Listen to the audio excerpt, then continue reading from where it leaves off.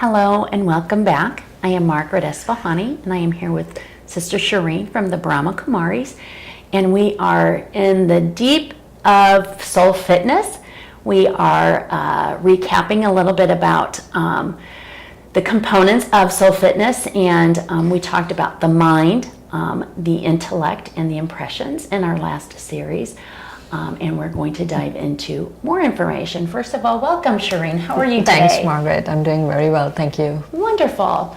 So as I just said, we talked about the mind, the intellect, the sanskaras, or the impressions and how that works. But I'm wondering, there's still another big component that is a big thing for me, and that's my heart. So does the heart play a part in all of this? Yes. The heart plays a part. And when we are talking about heart, we are not talking about the anatomical part of the body, We are talking about the heart of the soul, where it is the center of feelings, of emotions, of love, of compassion, that part, that we are talking about that. And yes, it does play a huge part. And so just like the mind, the intellect, and impressions, we also have a heart in the soul. And you've noticed that for thousands of years, people talk about this. In poetry, they talk about their feelings. In spirituality, in faith tradition, their devotion for certain things, all of those. So people do talk about the heart, and people talk about the heart as the center of their consciousness, because it's true, because there is a heart. And also what happens is, why do everyone in the world say that the sky is blue? Because the sky is blue. Right. In the same way, whichever part of the world you take into consideration, whether you're talking about the Chinese or the Native Americans or the Amazon tribes or Christian theology, whichever part, there is a whole huge always about love and feelings and devotion and all of that. That's part of the thing, and that is the heart that I'm talking about. And the heart also is a central to our thing.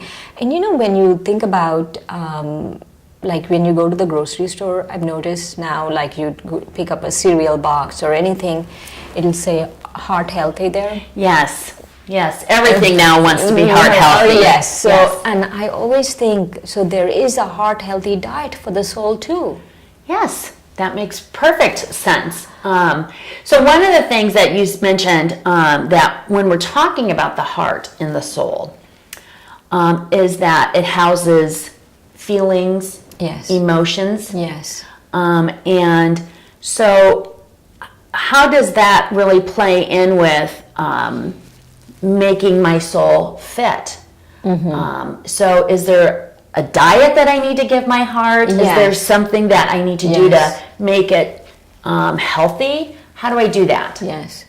I always say, as is the inside, so is the outside. Because our heart, inner heart, like the soul heart needs a heart healthy diet, the same way the physical heart needs a heart healthy diet. But so what happens is, when you talk about, or when you think about the heart, you think about pure feelings, no? You think about love.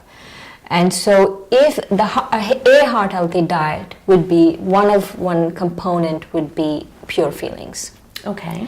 So we can all have feelings, right? Yes. We all have feelings. Sometimes we have negative feelings, sometimes we have wasteful feelings, sometimes we have all kinds of feelings for people or things or situations or even for ourselves. And I'll come to that in a second about ourselves.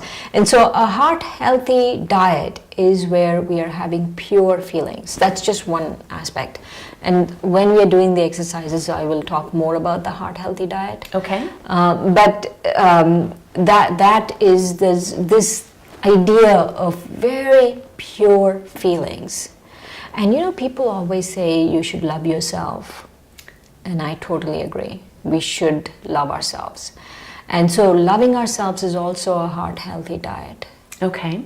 But when we say loving ourselves, what aspect of ourselves?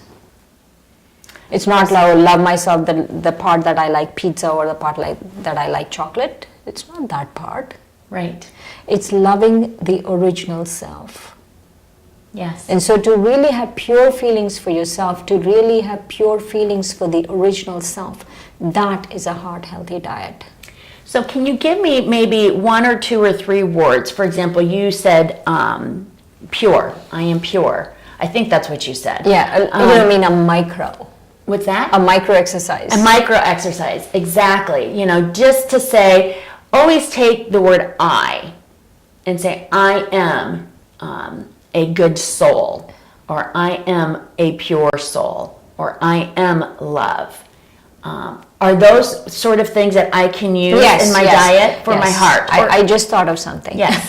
Share, please. I just thought of a micro exercise. Okay. So the micro exercise would be that you keep reflecting on this. I am love, because I am love. You know, we all have love within us, that you don't have to go look outside for it. I am love, I am loving, and I'm loved, or I'm lovable. I am love, I am loving, and I'm lovable. That is really strong, very powerful, because when you use the word I, you take ownership and believe what you are saying. Just as when you say, oh, I'm overweight, or, you know, these are tendencies to go in the opposite direction. Yeah. So it's really a very simple thing to switch your diet from that negative part into a positive part. Right. And so taking that one step further, Shireen, can you share with us why is it important for us to heal our heart as a part of soul fitness? Why is it important to sort of make it stronger? You know, you were just talking about being overweight, right? And the conversation we have in our head about being overweight. Yes. Or the conversation we have in our head all the time. If we talk to someone else the way we talk to ourselves, we would really get into trouble. Yes, I agree. Because sometimes the way we talk to ourselves is so demeaning. Correct. Right? Yes. And a heart healthy thing, and I'll come back to healing in a minute. A heart healthy thing is the way you talk to yourself has to be with pure feelings. You have to talk to yourself like your cherished child. You know, like you would talk to a small cherished child. Yes. That's how you should talk to your heart. That you should really cherish yourself.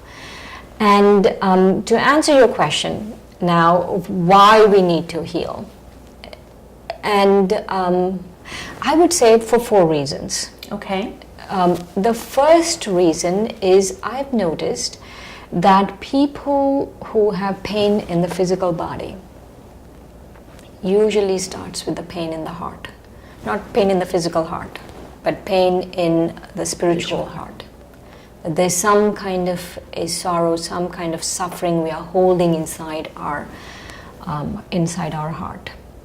And that is why the pain. So I'm not saying always, but many times to heal the pain in the physical body, start with healing the pain in the heart, in the inner heart. And so if we That's can, one. That's one. Okay. Number 2. No, you were going to ask a question. No, I was going to, you know, I think that's an excellent, because we all have aches and pains, and I'm not talking about just like the regular aches and pains, you know, I exercised too much today or something like that. Correct. Yeah. I'm talking about like a serious ailment. Right. And so with that being said, I really appreciate that sometimes, and this has been scientifically proven, that sometimes the stressors from our mind, because stress is a non-physical emotion or experience, if you will, that it does manifest itself in a physical sense. Yeah, so it's very important, especially our heart. This inner part of ourselves which really holds feelings for who we are, what we are, that has to be cleansed. Because when that cleansed, many times we'll be able to find solutions for our physical ailments. once we start. So that's one. Okay, number 2.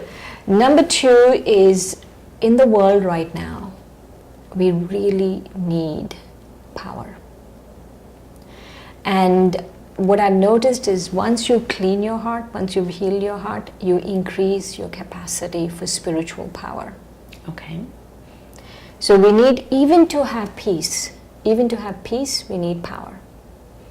And that makes sense because it's the power that gives us the strength to continue our soul fitness, to continue, that power gives us the strength to make the decision from thinking negative to thinking positive. Yes. And so that's the second one, is when we release pain, when we heal our heart, then that is when we receive power. We increase our capacity to receive power. And the third one is the situations in the world right now. There's many situations in the world that are beyond our control. Yes. Unfortunately, yes. You know? Yes. We could rail and we could say, you know, this leader is doing this and that leader is doing that, and don't they realize that there are innocent people involved and they just can't go to nuclear war, whatever. Right. Right. There's nothing we can do. Correct. There's nothing we can do. And to be able to withstand these situations in the world, we need to make our heart strong. We need to heal our heart. So there has to be compassion for the self. There has to be compassion for other people. But most importantly, we have to become very strong. Our heart has to be very strong. If our heart isn't strong, we will take a lot of sorrow. And could I rephrase that, if you will, by saying things that are out of our control, such as the political arena, or your teenage children, or my teenage children. Believe me, you know, that's another whole segment. But there are things that other people do that we cannot control, and so by letting go, by healing our heart, then we become strong. That we don't take sorrow from situations that are beyond our control. So that's 3. Okay, and the 4th. And the 4th one is that we have to go beyond confusion. We have to go beyond problems. Thinking that way, there's a mindset. There's a mindset of this is a problem, this is I'm confused about this is happening, that is happening. And so we have to go beyond that and really strengthen ourselves. How do I go beyond confusion? Because and sometimes so to confusion come into a mindset of solutions, that's when we need to heal our heart. When we heal our heart, we immediately come into a mindset. There is a solution for this. I really like that, because so many of us, and here I can share a brief example of my teenage son and I, you know, we will play the blame game, or we will dwell on the problem and not the solution. And sometimes time is of an essence, especially if you're in school and you need to pay bills and you need to register for school. So I like the fact that you said that flipping your mind into a solution-oriented mind eliminates that sort of negative clutter from your thinking, and you are finding a solution. And that is a positive, regardless of the details of the solution, just the resolution of a conflict, if you will, is healthy for your heart. Right. And so it's really important. It's very, very important that to heal our heart. And people might think, oh, but my heart doesn't need healing. We all need healing. Yes. We all need healing. Maybe the physical heart doesn't need healing, but the spiritual heart needs healing. And those are the 4 reasons why we need to heal it. Very good. Shireen, that's fantastic. You've given us a lot of great information here. I hope in our next series we can continue to dig a little bit deeper into a heart-healthy diet for our spiritual soul fitness, and strengthen that. We are on our way to greatness. Thank you, Shireen, very much. Thanks, Margaret.